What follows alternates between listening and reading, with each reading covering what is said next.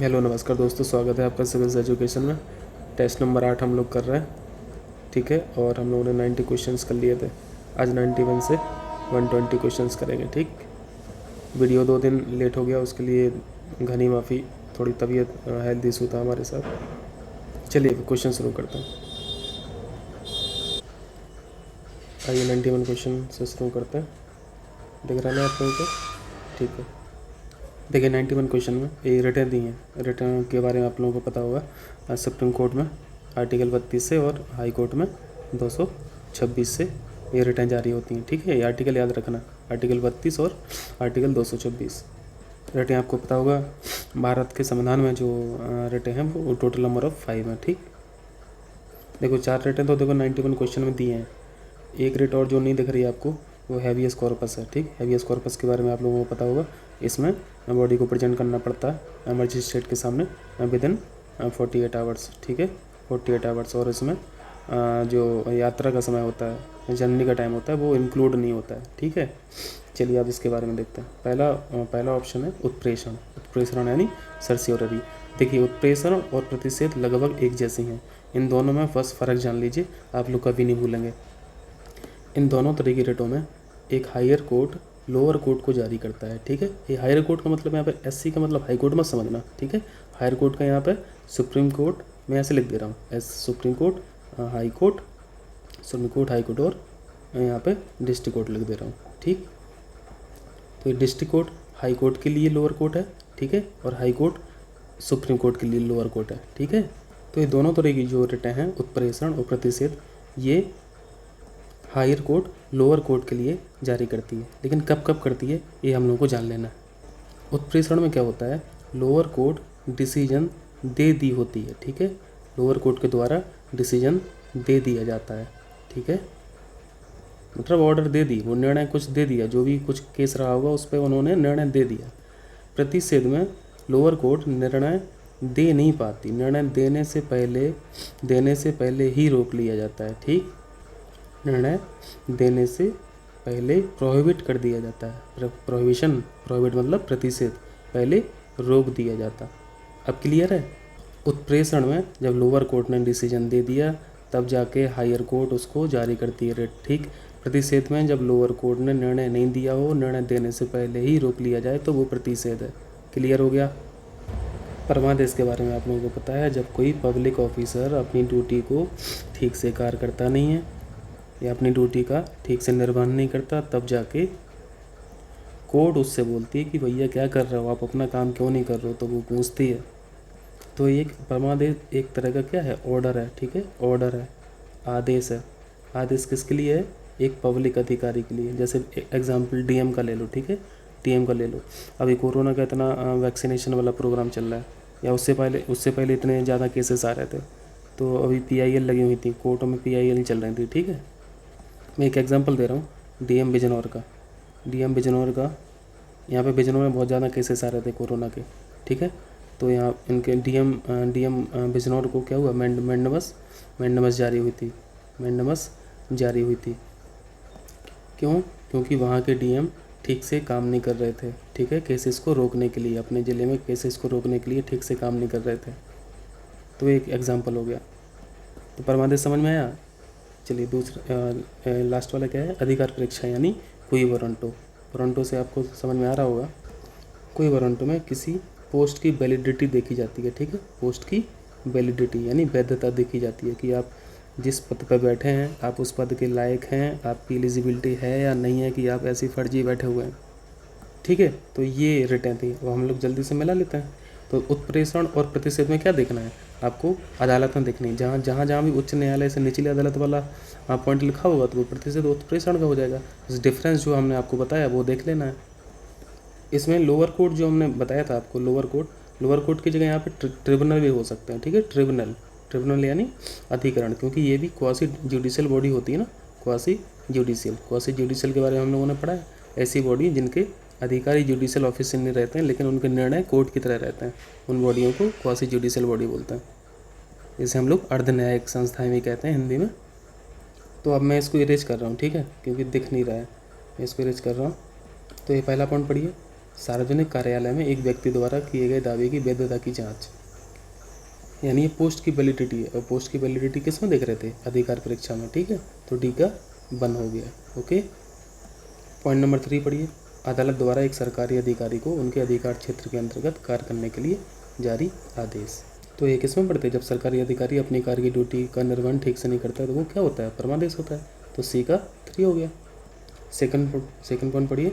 उच्च न्यायालय द्वारा निचली अदालत या न्यायाधिकरण को या तो उसके पास लंबित एक मामले को स्वयं को हस्तांतरित करने के लिए क्या है? उत्प्रेषण है। ठीक है, इसमें निर्णय दे दिया गया है। ठीक है, निचली अदालत द्वारा निर्णय दे दिया गया है, या फिर वो लंबित है तो हायर कोर्ट उसको अपने पास बुला लेती है, उस केस को अपने पास बुला लेती है। ठीक, और फिर एक और बचा चौथा, तो इसका बी हो जाएगा। ठीक है, अब वो देख लेना आप लोग, हम लोगों ने समझ तो लिया ही है ना, तो इसका डी ऑप्शन हो जाएगा। ठीक, डी ऑप्शन हो जाएगा।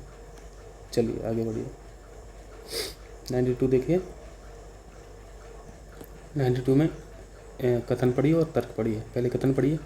प्रस्तावना यानी प्रियम्बल सामाजिक कल्याण से संबंधित कानून बनाने के लिए विधायिका को यानी लेजिस्लेचर को शक्ति प्रदान करती है।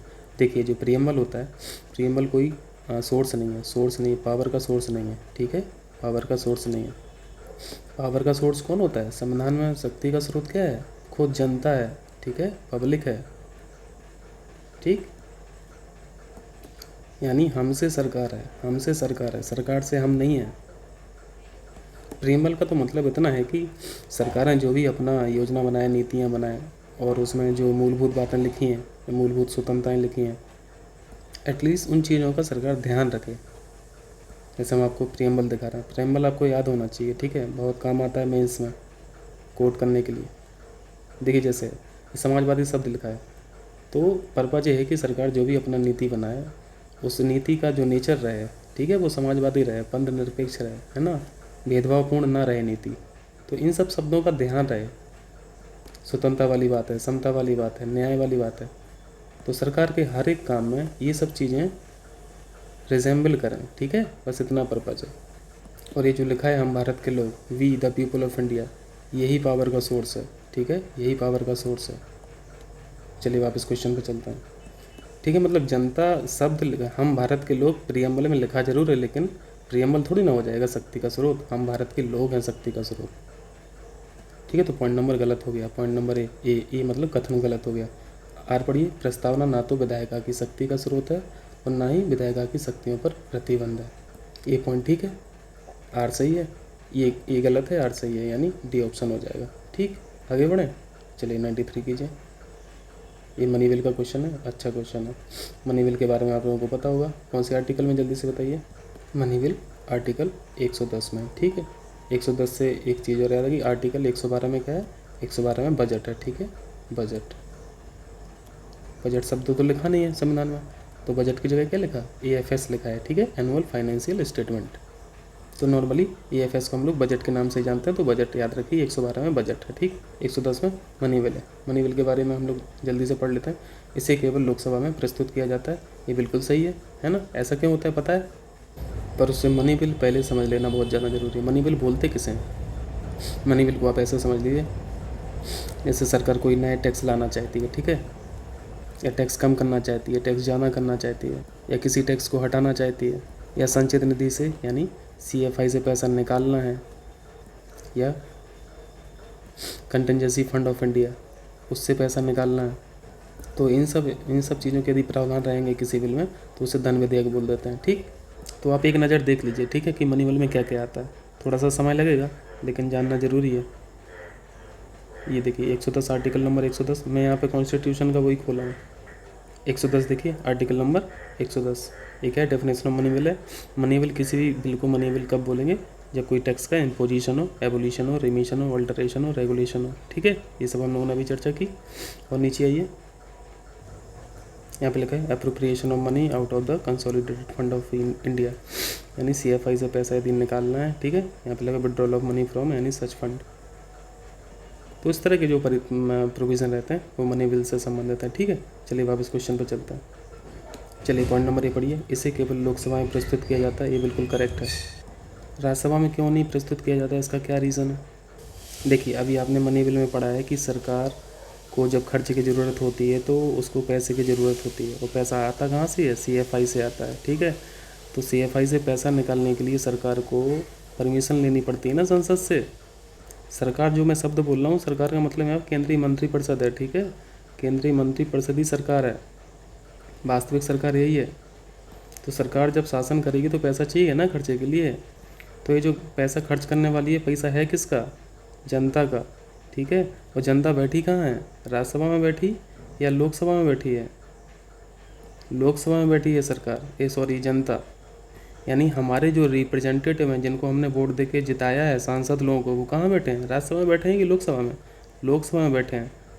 तो सरकार कोई भी पैसा यदि खर्च करेगी तो वो हमसे पूछेगी ना। तो हम तो लोकसभा में बैठे हैं ना, राज्यसभा में थोड़ी ना बैठे हैं, इसलिए लोकसभा में प्रस्तुत किया जाता है, ठीक है। लोकसभा में इनडायरेक्टली जनता ही बैठी है, ठीक है, प्रतिनिधि के माध्यम से। दूसरा पॉइंट पढ़िए, इसे मंत्री द्वारा ही प्रस्तुत किया जाता है। बिल्कुल, मंत्री द्वारा मतलब केंद्रीय मंत्रिपरिषद में जो सांसद हैं वही मंत्री है, ठीक है। जो केंद्रीय मंत्रिपरिषद में सांसद लोग हैं उन्हीं को मंत्री का पद दिया जाता है, ठीक। तो इन्हीं के द्वारा प्रस्तुत किया जाता है, ये पॉइंट भी ठीक है। तीसरा पॉइंट पढ़िए, इसे राज्यसभा द्वारा केवल 2 सप्ताह की अधिकतम अवधि के लिए ही रखा जा सकता है, ठीक है। बस राज्यसभा का इतना ही रोल है यहाँ पर कि 14 दिन के लिए यहाँ पर रखा जाता है। और जो आपको बोलना है, बताना, रिकमेंड करना है, संशोधन करना है तो बता दो, बाकी लोकसभा की मर्जी है वो उसको माने या ना माने, ठीक। पॉइंट नंबर डी पढ़िए, राष्ट्रपति की सिफारिश के बिना भी इसे प्रस्तुत किया जा सकता है। राष्ट्रपति की सिफारिश के बिना नहीं है, सिफारिश चाहिए राष्ट्रपति की। राष्ट्रपति की सिफारिश का मतलब क्या है? राष्ट्रपति की सिफारिश चाहिए इसमें, यहाँ पे बिना लिखा है तो ये गलत हो गया पॉइंट, हम लोग को गलत बताना है, ठीक है। तो ये पॉइंट गलत है, सिफारिश चाहिए होती है राष्ट्रपति की।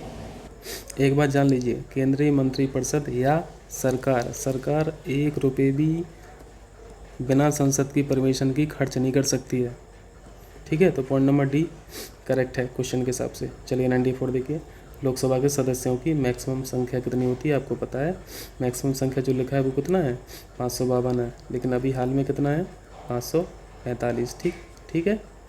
और इसमें से आपको पता है दो सांसद ऐसे हैं जो नॉमिनेट होते हैं, ठीक है, नॉमिनेट होते हैं, यानी इनका चुनाव नहीं होता है, इनका इलेक्शन नहीं होता है। तो इलेक्शन कितने पे हो रहा? 543 पे बस इलेक्शन होता है, ठीक। यानी पूरे भारत में 543 संसदीय क्षेत्र हैं, ठीक है, संसदीय क्षेत्र हैं, और हर एक क्षेत्र से एक सांसद निकल के आता है, ठीक। और 543 में 530 कहाँ से होते हैं? स्टेट से होते हैं, और बचे कितने? 13 कहाँ से होते हैं? यूटी से, यूनियन टेरिटरी से। और ये दो मेंबर हैं, 2 सांसद हैं नॉमिनेट जिनका नॉमिनेशन हो रहा था, कौन करता है? प्रेसिडेंट करते हैं, ठीक है। और प्रेसिडेंट के पास संविधान में कौन सी पावर के थ्रू ये करते हैं?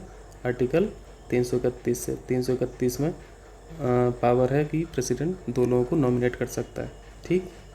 और राज्यसभा में कितने लोग नॉमिनेट होते हैं? 12। तो इसका आंसर क्या हो गया? 552, ठीक है। 3 आर्टिकल और याद रखें, आर्टिकल 79, 80 और 81, ठीक है। 79 में क्या है? संसद है, ठीक। 80 में क्या है? राज्यसभा, और 81 में लोकसभा। चलिए 95 देखिए, 95 है, राष्ट्रीय सिविल सेवा दिवस मनाया जाता है 21 अप्रैल। जस्ट फैक्ट है, याद रख लीजिए। सिविल सेवा का आप लोग कितना इम्पोर्टेंस है ये आप लोग समझ ही रहे हैं। ये पूरा का पूरा ट्रिब्यूट है किसके लिए? सिविल सर्वेंट्स के लिए, ठीक है, सिविल सर्वेंट्स। डीएम का डिस्ट्रिक्ट में कितना बड़ा रोल है आप लोग समझते होंगे।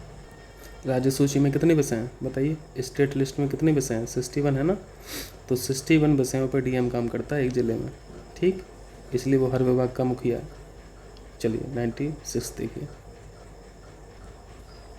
96 देखिए, प्रधानमंत्री के कार्यालय के संदर्भ में बताना है हम लोग को, ठीक है।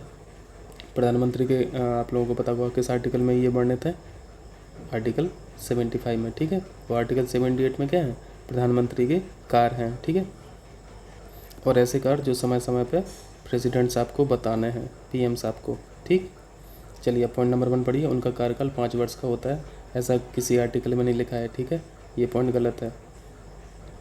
इनका टेन्योर जो है फिक्स नहीं है, पीएम का टेन्योर फिक्स नहीं होता है। नॉर्मली लोकसभा का जो टाइम है वो 5 साल का होता है, तो वो मैच ज़रूर खाता है, लेकिन यहाँ तो सब विश्वास मत का खेल है ना। मतलब 5 साल से कम भी हो सकता है, ठीक है। तो पॉइंट नंबर 1 गलत है। पॉइंट नंबर दूसरा पढ़िए, वह संसद के किसी भी सदन से निर्वाचित सदस्य होना चाहिए या 6 महीने के अंदर किसी भी सदन का सदस्य बन जाना चाहिए। यानी पॉइंट नंबर 2 बोल रहा है वो सांसद हो, मतलब कहीं से भी हो, चाहे वो लोकसभा से हो या राज्यसभा से हो, सांसद होना चाहिए। और ना ही दूसरा केस होता है, ना तो वो राज्यसभा से सांसद हुए, ना ही वो लोकसभा से सांसद हुए, तो कोई दिक्कत नहीं। आप 6 महीने के अंदर, 6 मंथ के अंदर, 6 महीने के अंदर आप सदस्य बन जाओ, किसी के भी सदस्य बन जाओ, राज्यसभा के बन जाओ चाहे लोकसभा के बन जाओ।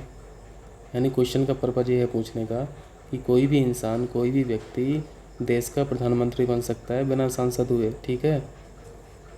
लेकिन जब वो पीएम पद धारण कर लेगा फिर उसको 6 महीने के अंदर कहीं ना कहीं से आपको सांसद बनना पड़ेगा, ठीक। पॉइंट नंबर 3 पढ़िए, वह संसद के दोनों सदन का नेता है। दोनों सदन का नहीं होता है, लोकसभा का नेता होता है, ठीक है। पीएम को लोकसभा का नेता बोलता है। तो पॉइंट नंबर 3 गलत है, पॉइंट नंबर 1 गलत है, केवल 2 सही है, ठीक। चलिए 97 पढ़िए,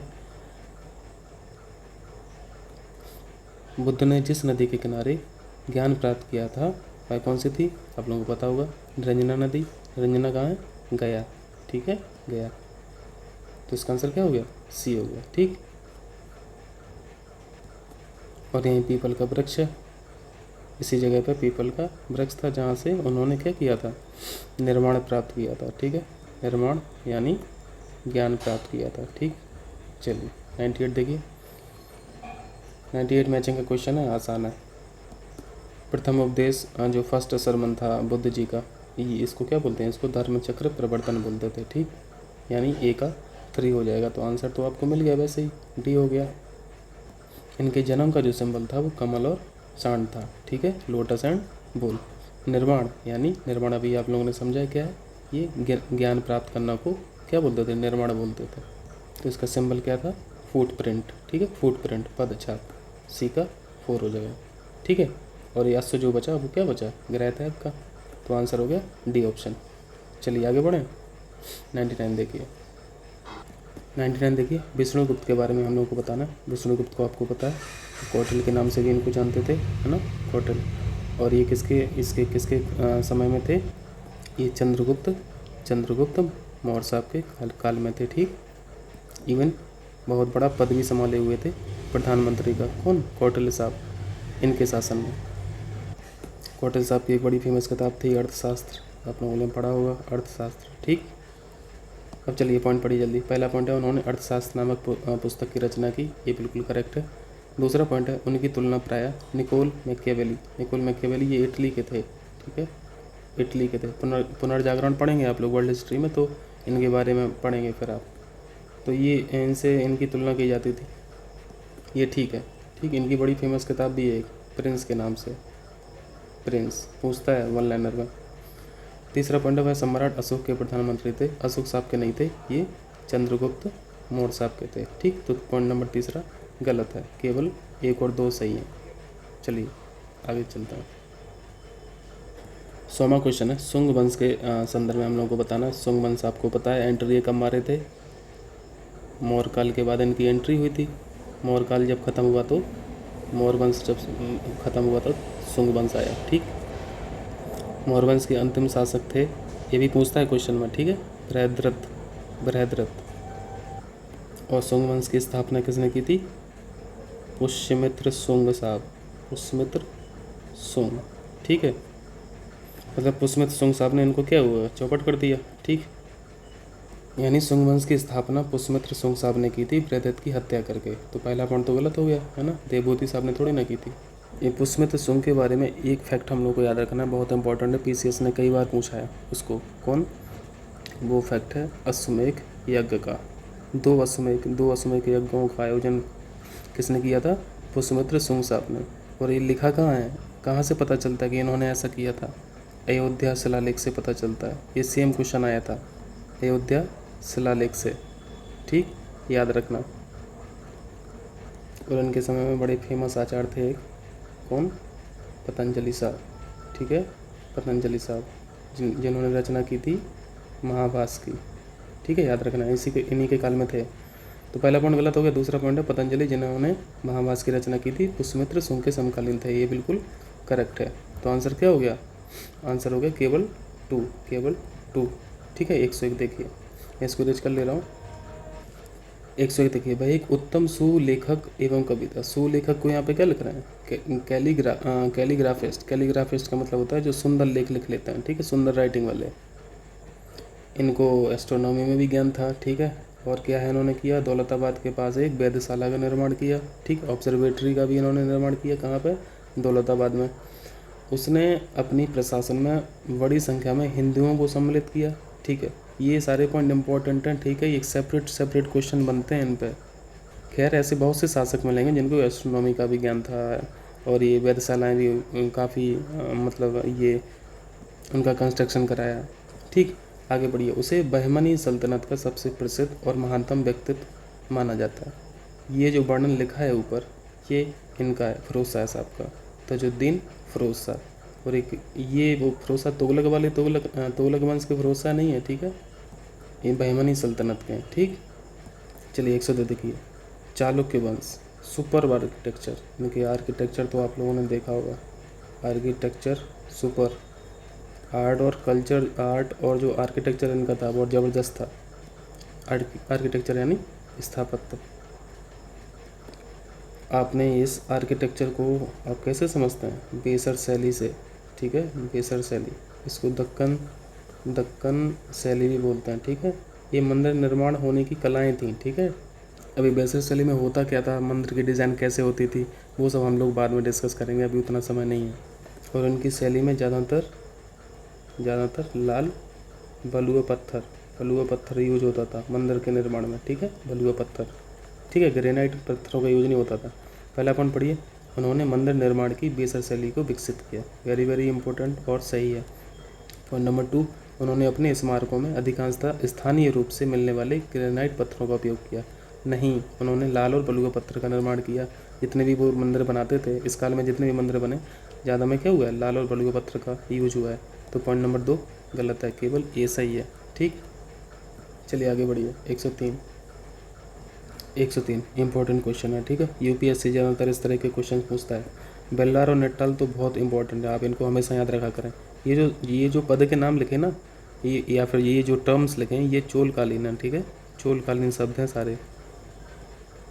बेल्लार यानी ये कल्टीवेटिंग ग्रुप होते थे, ठीक है, किसानों के समूह ही होते थे, ये सही मैच है।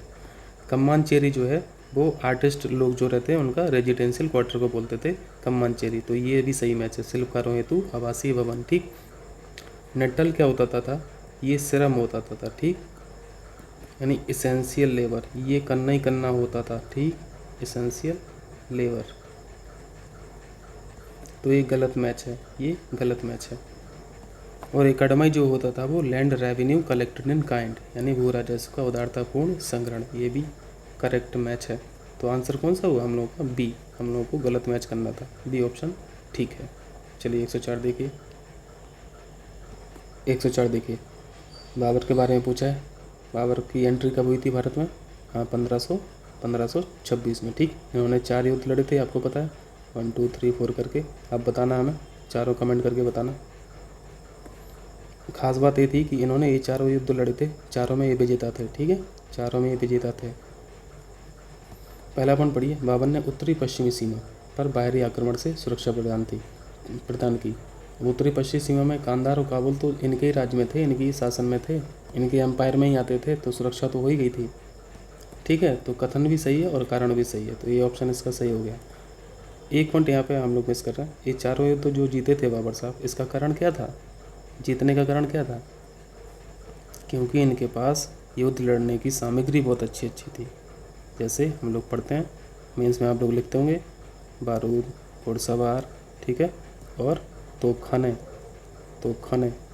तोपखाना तो इनका मेन इंस्ट्रूमेंट था, मेन ऑर्गन था, मेन हथियार था। चलिए आगे बढ़ें। 105 देखिए, 105 है, भारतीय शासकों की आंतरिक राजनीति में दखल देने वाला प्रथम यूरोपीय व्यक्ति। देखो डुप्लेस आपके बारे में पता होगा आपको, ये कहाँ को रिप्रेजेंट करते थे? ये फ्रांस को रिप्रेजेंट करते थे, ठीक। इनकी सबसे प्रसिद्ध चीज़ थी जो सहायक संधि। इस व्यवस्था को डुप्ले साहब ने प्रारंभ किया था। बाद में फिर अंग्रेज शासकों ने या फिर जो बाद में गवर्नर जनरल वगैरह हुए उन्होंने भी सहायक संधि का यूज किया। किसने किया था सहायक संधि का यूज, बताइए कमेंट करके। अभी आंतरिक राजनीति में दखल का मतलब है, जब आप कार्नेटिक वार पढ़ेंगे ना तब वहाँ पे आपको डुप्ले का रोल समझ में आएगा, रीगल रोल समझ में आ जाएगा। ठीक है, तो इसके आंसर डुप्ले साहब है। 106 देखिए, निम्नलिखित में से किसके द्वारा दक्षतापूर्ण निष्क्रियता की नीति अपनाई गई। इंग्लिश में देख लीजिए, policy of masterly in activity. देखो जैसे कि आप लोग हिस्ट्री में पढ़ते रहते होंगे कि सीमावर्ती क्षेत्र हमेशा से एक सेंसिटिव जोन रहा है।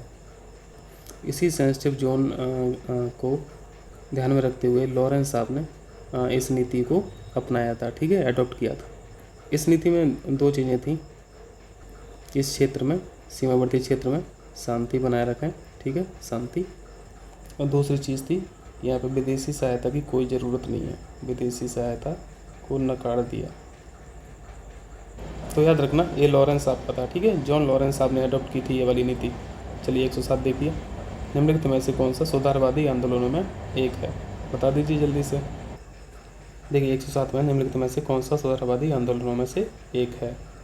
देखिए ये जो रिफॉर्मिस्ट मूवमेंट जो थे इनको दो शाखाओं में देखो इन्होंने डिवाइड किया था। पहले तो एक खुद ही रिफॉर्मिस्ट थे और दूसरे रिसरेक्टिव नेचर के थे। रिसरेक्टिव यानी पुनर्जीवन वाले, पुनर्जीवन या पुनर्जागरण समझ लीजिए। ठीक है, पुनर्जागरण जिनका नेचर रहता था, इनको दूसरी भाषा में और बोल लो या इनको रेनेसेंस बोल लो। ठीक है, तो देवबंद इस टाइप का मूवमेंट था। ठीक है, रेनेसेंस पुनर्जागरण वाला। और प्रार्थना समाज जो था वो रिफॉर्मिस्ट में आता था। ठीक, तो इसका आंसर क्या है, सुधारवादी आंदोलनों में प्रार्थना समाज आ जाएगा। ठीक, तो इसका ऑप्शन ए करेक्ट हो गया। 108 देखिए, वेरी वेरी इंपॉर्टेंट क्वेश्चन है। ठीक, मुद्रिका घेरी की नीति यहाँ पे पढ़िए। रिंग फेंस लिख के आता है देवनागरी में, विशेषा से पूछता है पॉलिसी ऑफ रिंग फेंस किससे रिलेटेड है। ये वारेन हेस्टिंग्स साहब की बहुत डिफेंसिव टेक्निक थी ये। इसका मेन पर्पज क्या था कि ब्रिटिश सीमाओं की सुरक्षा करना। ठीक, और उन्होंने क्या किया था, जैसे एक क्षेत्र है ये ब्रिटिश क्षेत्र है। ठीक, ये उसकी बाउंड्री होगी, यहाँ पे उसके पड़ोसी रह रहे हैं। ठीक है, ब्रिटिश क्षेत्र के पड़ोसी रह रहे हैं। तो हेस्टिंग्स साहब ने सोचा ये पड़ोसी जो हैं बाहर हमारे क्षेत्र के, क्यों ना हम इन्हीं को एक डिफेंस के तौर पे हम यूज ना कर लें। तो हेस्टिंग्स साहब ने क्या किया, यहाँ से सेनाएं हर पड़ोसी को वहाँ भेजी।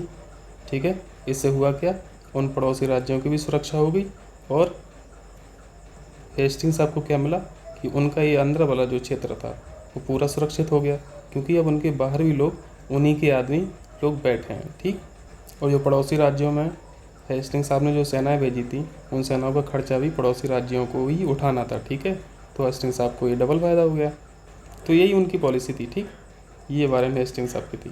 चलिए 109 देखिए, 109 देखिए, डच ईस्ट इंडिया कंपनी के बारे में हम लोगों को बताना है। डच ईस्ट इंडिया कंपनी कब आई थी, एंट्री कब मारी थी भारत में, 1616 में। ठीक है, तो पहला पॉइंट तो गलत हो गया। दूसरा पॉइंट बहुत इंपॉर्टेंट है, डच लोग भारत में अपनी व्यापारिक गतिविधियों से अधिक मिशनरी गतिविधियों हेतु जाने गए। मिशनरी गतिविधियों में क्या कर रहे थे, कन्वर्जन चल रहा था बस। कन्वर्जन किसका, यहाँ के नागरिकों का, भारत के नागरिकों का कन्वर्जन ईसाईयत में। ठीक है, ईसाई बनाने में लगे हुए थे बस, या तो कन्वर्जन कर रहे थे या फिर यहाँ की महिलाओं से शादी कर रहे थे। आज जो एंग्लो इंडियन देख रहे हो आप, लोकसभा में पढ़ते हो ना 2 एंग्लो इंडियन, राज्यसभा में 12 में से कुछ एंग्लो इंडियन, वो सब इन्हीं सब की देन है। तो पर्पज इन लोगों का क्या था, या तो कन्वर्जन से ईसाई बना लो या फिर शादी, यहाँ की महिलाओं से शादी कर लो तो ऑटोमेटिक ईसाई हो जाएगी। ठीक है, तो पॉइंट नंबर 2 सही है, इसका आंसर केवल बी हो जाएगा, केवल 2 हो जाएगा। ठीक, चलिए 110 देखिए, 110 में भगत सिंह ने पंजाब नौजवान भारत सभा के गठन में सहायता दी। पॉइंट नंबर जो कथन है वो सही है। ठीक, भगत सिंह एक चीज़ पे बड़े बिलीव करते थे कि जो क्रांति होती है वो बस आम आदमियों के द्वारा ही हो सकती है। ठीक है, यानी क्रांति का जो मेन सोर्स है वो आम आदमी है, और ये क्रांति करेंगे किसके लिए, इन्हीं के जैसे लोगों के लिए ही ना, यानी आम आदमी ही क्रांति करेगा आम आदमियों के लिए। और ये आम आदमी रहते कहाँ थे, गांव में शहरों में थोड़ी ना थे, इसलिए हर गांव-गांव जाके इस सभा की शाखाएं खुली हुई थी। ठीक है, तो पॉइंट नंबर ए सही है। और कारण पढ़ लीजिए, वह हिंसक व्यक्तिगत वीरता पूर्ण कार्रवाई के स्थान पर मार्क्सवाद सिद्धांत तथा इस विश्वास की ओर मुड़ गए कि एक लोकप्रिय एवं व्यापक जनाधार वाला आंदोलन ही सफल हो सकता है। ठीक है, तो कारण भी ठीक है, मतलब ये जो आइडियोलॉजी थी व्यापक जनाधार वाला और लोकप्रिय आंदोलन वाली, इस पर भगत सिंह साहब बिलीव करते थे। ठीक, तो ए और आर दोनों ठीक हैं और एक्सप्लेन भी कर रहा है, तो पॉइंट नंबर ए ठीक है।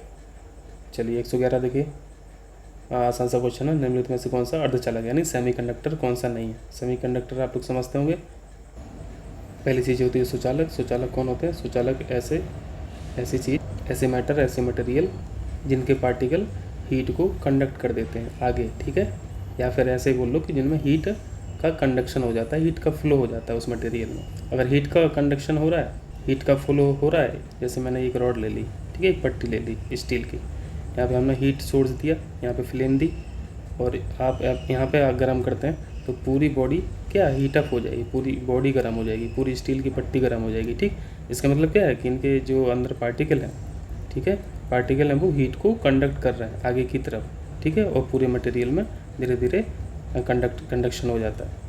और वही हम एग्जांपल एक लकड़ी का ले लें, एक लकड़ी की पट्टी है, यहाँ पर हम हीट सोर्स दिए, हीट फिल्म दिए, तो ये यहाँ पे गर्म हो जाएगा क्या? इस कोने पे आप हीट सोर्स दे रहे हो, इस कॉर्नर पे ये कंडक्शन होगा कि नहीं होगा? नहीं होगा, इसलिए तो ये कुचालक है। लकड़ी क्या है? कुचालक है। अगर होगा भी तो बहुत समय लग जाएगा। ठीक है, तो हम लोग इसको क्या बोल देंगे? बैड कंडक्टर बोल देंगे। ठीक, अब वही स्टील की पट्टी रहेगी तो समय नहीं लगेगा पूरी पट्टी को गर्म होते हुए। तो यहाँ पे सेमीकंडक्टर की बात हो रही है, अर्धचालक यानी जिनके पास इन दोनों की प्रॉपर्टी रहे। ठीक है, कुचालक की और सुचालक की और कुचालक की। तो बहुत सारे फेमस अर्धचालक हैं जिनके बारे में आप लोग पढ़ते रहते होंगे, कैडमियम, गैलियम, जर्मेनियम, गैलियम भी है। ठीक है, गैलियम, ऑर्सेनाइड, ये सारे जो सेमीकंडक्टर हैं वो आप लोग पता होगा, ये इलेक्ट्रॉनिक मैन्युफैक्चरिंग यूनिट्स जो हैं, कंपनीज हैं, इनमें यूज होता है। ठीक, तो थोरियम कोई अर्धचालक थोड़ी ना है, ये तो रेडियो एक्टिव एलिमेंट है, ये तो रेडियो एक्टिव एलिमेंट है। ठीक है, तो आंसर क्या हो गया? बी हो गया। अर्धचालक नहीं है बताना, तो थोरियम हो गया। ठीक, 112 देखिए, मैचिंग का क्वेश्चन है, आसान है, आप जल्दी से बता दीजिए। ओडोमीटर आप लोग समझते होंगे, गाड़ी चलाते होंगे, स्कूटी चलाते होंगे, बाइक चलाते होंगे, तो जो स्पीडोमीटर रहता है ना, वही ओडोमीटर है। ठीक, जिस पे 0 से 120 स्पीड लिखा रहता है। ठीक है, लेकिन आपको यहाँ पे बहुत ज़्यादा ध्यान देना है। ओडोमीटर लिखा है तो यहाँ पे स्पेलिंग ओडोमीटर की ODO है या UDO है। ठीक है, क्योंकि हिंदी में तो ओडोमीटर है दोनों, अगर ऐसा रहेगा तब भी ओडोमीटर लगा रहेगा, UDO लगेगा तब भी ओडोमीटर लगा रहेगा। तो यहाँ पे देखिए, इंग्लिश वर्जन देखिए, अभी आपसे गलत हो जाने नहीं तो यहाँ पे UDO है। ठीक है, यानी इसका मतलब है यूडोमीटर की बात कर रहे हैं। ठीक, और इसको जो मेजर करते हैं, इससे जो मेजर करते हैं वो प्रेसिपिटेशन मेजर करते हैं, रेनफॉल का। ठीक है, यानी रेन गेज सही मैच है। मान लो ये होता ओडोमीटर, तो जो मैंने पहले परिभाषा बताई थी आपको ओडोमीटर की, स्पीडोमीटर जो होता है गाड़ी में, वो ओडोमीटर लगा होता है। ठीक है, तो ये सही मैच है, लेकिन पहले जान लेना कि ओडो जो है वो UDO है या ODO है, यानी दोनों अलग अलग डिवाइस हैं। UDO मीटर, ठीक है, UDO और ODO, ये दोनों अलग अलग डिवाइस हैं। U वाले से क्या? वर्षा, ये सही है, और O से ये जो आप गाड़ी में स्पीडोमीटर लगा होता है। ठीक, मैनोमीटर आप लोग समझते हैं, गैसों का दबाव को नापता है। ठीक, ये सही मैच है। प्रसारमापी यानी डाइलेटोमीटर, पदार्थों की मात्रा में परिवर्तन इंपॉर्टेंट है, सेपरेट क्वेश्चन भी पूछ लेगा। ठीक है, वोलोमीटर भी इंपॉर्टेंट है, वोलोमीटर इंपॉर्टेंट है। वोलोमीटर यूज करते हैं हीट रेडिएशन के लिए, हीट रेडिएशन याद रखेंगे। हीट रेडिएशन को मेजर करते हैं वोलोमीटर से, ये साउंड की इंटेंसिटी को नहीं मेजर करते इससे। ये वाला गलत मैच है और गलत बताना है हम लोगों को, तो ये आंसर हो गया। 113 देखिए जल्दी से, निम्नलिखित में से कौन सा एक केमिकल चेंज है? केमिकल चेंज और फिजिकल चेंज में आप लोग समझते होंगे फ़र्क, जल्दी से बता दीजिए। फिजिकल चेंज यानी भौतिक परिवर्तन क्या होता है? भौतिक परिवर्तन में स्वरूप ही चेंज हो जाता है, स्वरूप चेंज हो जाता है उसका, ठीक, स्वरूप चेंज हो जाता है। लेकिन हम पुरानी स्टेज में भी ला सकते हैं, यानी हमने ए से, ये कोई मटेरियल है, बी में कन्वर्ट हो गया, यानी स्वरूप चेंज हो गया। लेकिन साथ में क्या है, बी जो है वो ए में भी कन्वर्ट हो सकता है, यानी ए बी बन सकता है और बी ए बी बन सकता है। इस तरह का जो चेंज है वो फिजिकल चेंज है। जैसे पानी का और बर्फ़ का, बर्फ़ से पानी बन जाता है और पानी से बर्फ़ भी बन जाता है।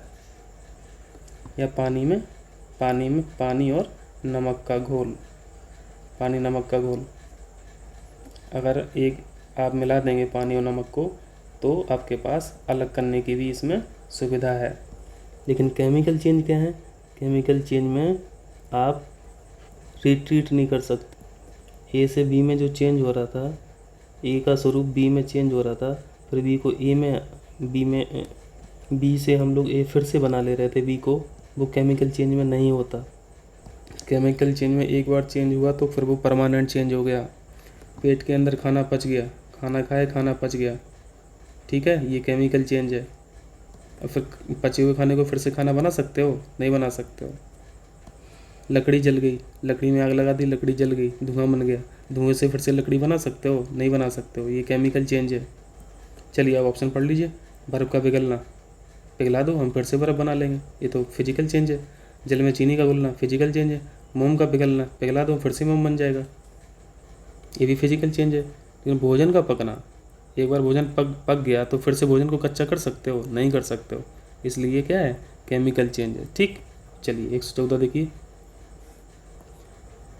आसान सा क्वेश्चन है। भूपपटी, यानी भूपपटी क्या होता है, अर्थ क्रस्ट। अर्थ क्रस्ट के बारे में हम लोगों को बताना है कि अर्थ क्रस्ट में कौन कौन से एलिमेंट ज़्यादा हैं, कौन से कम है, इनका एक अवरोही क्रम बताना है, यानी डिक्रीजिंग ऑर्डर बताना। तो क्रस्ट पे आपको पता है सबसे ज़्यादा क्या है, ऑक्सीजन, उसके बाद सिलिकॉन, उसके बाद एल्युमिनियम, उसके बाद लोहा। आपने वो पढ़ा होगा ना, सियाल, सीमा और नीफे, ठीक है, सियाल, सीमा और नीफे, ठीक है, नीफे। सियाल से मतलब सिलिकॉन और एल्युमिनियम, ये कहाँ पे है, क्रस्ट पे जाता है। सीमा का मतलब SI सिलिकॉन, Me का मतलब मैग्नीशियम, ये कहाँ है, आप क्रस्ट से अंदर घुस जाएंगे और तो आपको ये वाली लेयर दिख जाएगी। कोर में चले जाओगे तो आपको क्या मिलेगा, नीफे, NiFe, यानी निकिल और फेरस के जो एलिमेंट हैं, यानी लोहा, ये आपको कोर में मिलेंगे, ठीक, ठीक है। तो क्रस्ट पे जो है ऑक्सीजन, सिलिकॉन, एल्युमिनियम और Fe, इसके बाद फिर कौन, इससे कम फिर आपको कैल्शियम मिल जाएगा, इससे कम फिर सोडियम मिल जाएगा, फिर उससे कम पोटेशियम, उससे कम मैग्नीशियम, यानी सबसे ज़्यादा O2, उसके बाद फिर सिलिकॉन, एल्युमिनियम, ऐसे ही ऑर्डर है। तो ऑप्शन में देखिए ऑक्सीजन, एल्युमिनियम, ऑक्सीजन, एल्युमिनियम, ठीक है, यानी पहला ऑप्शन ठीक है। चले आगे बढ़ें, चलिए आगे बढ़िए। 115, द्रवित पेट्रोलियम गैस, यानी लिक्विफाइड पेट्रोलियम गैस, LPG की बात कर रहे हैं। LPG क्या होती है भाई, पता होगा आपको। It is a combination of propane and butane, propane and butane. Propane यानी CH3 CH2 CH3, ठीक है, कार्बन 3 कार्बन होते हैं, और ब्यूटेन में 4 कार्बन होते हैं, CH3 CH2 CH2 और CH3, यह ब्यूटेन होता है, ठीक। ऑप्शन नंबर डी करेक्ट हो गया। 116 देखिए, यूरिया में निम्नलिखित में से कौन से एलिमेंट पाए जाते हैं। यूरिया क्या होता है आपको पता है, NH3 CONH3, ये क्या होता है ये बताएंगे, NH3 CONH3, इसी को यूरिया बोलते हैं, ठीक है, इसी को यूरिया बोलते हैं, ये यूरिया NH3 CONH3। तो इसमें क्या क्या है देख लीजिए, CV है, OB है, NB है, HB है। ये चौथे ऑप्शन में S दिख रहा है, सल्फर, सल्फर थोड़ी ना होता है भाई, तो ऑप्शन डी गलत हो गया। ऑप्शन बी में P दिख रहा है, तो P थोड़ी ना है, ऑप्शन नंबर C सही है, ठीक। चलिए 117 देखिए, फार्मूला याद रहेगा तो बना ले जाएंगे। पृथ्वी पर सबसे पुराना जीव, यानी oldest organism on earth. Important question है, वेरी वेरी इंपॉर्टेंट। आंसर क्या है, नील हरित शैवाल, यानी ब्लू ग्रीन एल्गी। इनका फर्टिलाइज़र में भी यूज कर रहे हैं आजकल, ठीक है, फर्टिलाइज़र, बायो फर्टिलाइज़र में, एज अ बायो फर्टिलाइज़र भी यूज करते हैं, किसको, ब्लू ग्रीन एल्गी को, ठीक। और लाइकेन के बारे में आप लोग जानते होंगे, ये इंडिकेटर होते हैं क्लाइमेट चेंज के, ठीक। 118 देखिए, सुसाइडल बैग इंपॉर्टेंट क्वेश्चन है, कई बार हम लोग पढ़ें, किसको बोलते हैं? लाइसोसोम को बोलते हैं, ठीक। इसको हम लोग पुराने टेस्टों में अच्छे से डिस्कस किए थे, यहाँ पे हम लोग जल्दी से आगे बढ़ जाते हैं, ठीक है। Answer lysosome. 119 देखिए, लासिका कोशिका, ठीक है, यानी लिम्फोसाइट। लिम्फोसाइट्स के कार्य बताना है, इंपॉर्टेंट क्वेश्चन है, वेरी वेरी इंपॉर्टेंट। लिम्फोसाइट्स क्या है? ये इनको एंटीबॉडी के नाम से याद रखा करो आप लोग, ये एंटीबॉडी हैं, ठीक है, मतलब ये एंटीबॉडी का सीक्रेट करते हैं। एक पदार्थ है ग्लोबुलिन्स, इसका नाम याद रखना है। ग्लोबुलिन्स जो है वो क्या है? एंटीबॉडी हैं। तो इनका सीक्रेशन कौन करता है? लिम्फोसाइट करती हैं, यानी लिम्फोसाइट्स ग्लोबुलिन्स का सीक्रेशन करती हैं। और एक ग्लोबुलिन्स क्या है? एंटीबॉडी। और एंटीबॉडी का आप लोग रोल समझते होंगे, किसी भी रोग से जो लड़ने की शक्ति होती है वो किसमें? एंटीबॉडी से ही तो होती है। एंटीबॉडी ही लड़ती हैं उस एंटीजन से, ठीक। एंटीजन और एंटीबॉडी में हमेशा 36 का आंकड़ा होता है। एंटीजन जैसे ही शरीर में एंटर करेंगी, एंटीबॉडी एक्टिव हो जाती है। अगर उस एंटीजन की एंटीबॉडी बॉडी में है तो, जैसे कोरोना वायरस था, कोरोना वायरस की एंटीबॉडी शरीर के अंदर, इंसानों के अंदर थोड़ी ना थी, वैक्सीन से पहले थोड़ी ना थी, तो शरीर लड़ ही नहीं पा रहा था, मतलब एंटीबॉडी थी ही नहीं। लेकिन अब सब लोगों को वैक्सीन लग रही है, वैक्सीन लग जाएगी तो क्या? एंटीबॉडीज़ उस इंसान की बॉडी में आ गई हैं जिन्होंने वैक्सीन लगाई है, तो अब उतना खतरा नहीं रहेगा। तो ये ग्लोबुलिन्स क्या हैं? ये नेचुरल एंटीबॉडीज़ हैं, ठीक, यानी option number A, production of antibodies, ठीक। 120 देखिए, देख लीजिए, निम्नलिखित में विचार करना है। गाजर, प्याज, कसावा, शतावरी, हम लोगों ने इस पर भी डिस्कशन किया था एक बार। जड़ कौन कौन से होते हैं, ठीक, और तने कौन कौन से होते हैं?